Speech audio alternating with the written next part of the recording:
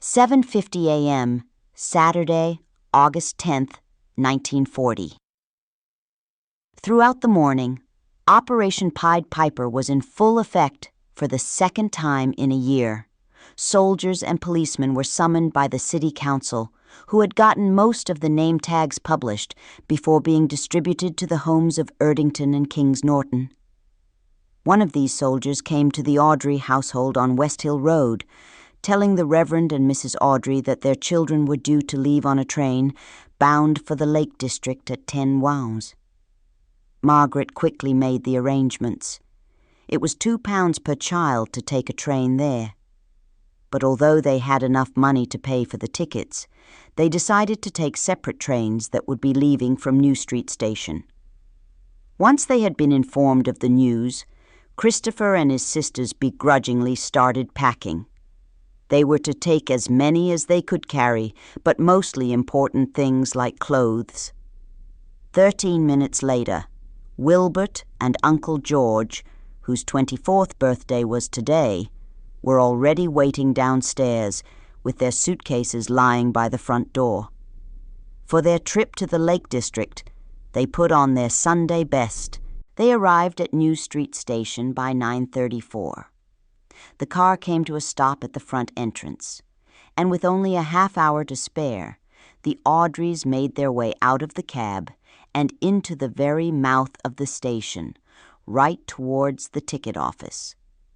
A high glass ceiling covered the station to let in as much light as possible when they entered, and when they stood in line at the booth, the booking clerk was at the point of near exhaustion.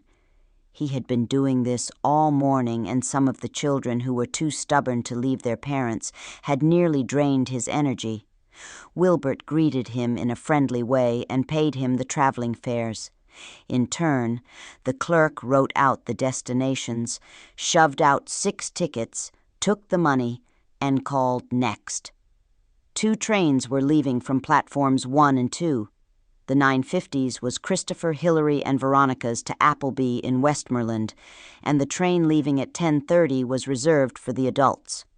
At 9:40, the London, Midland, and Scottish Railways special evacuation train pulled up on Platform 3. In addition to children from London and Oxford, the train also carried pregnant mothers, disabled people, and a few teachers who had been assigned to look after and educate the children.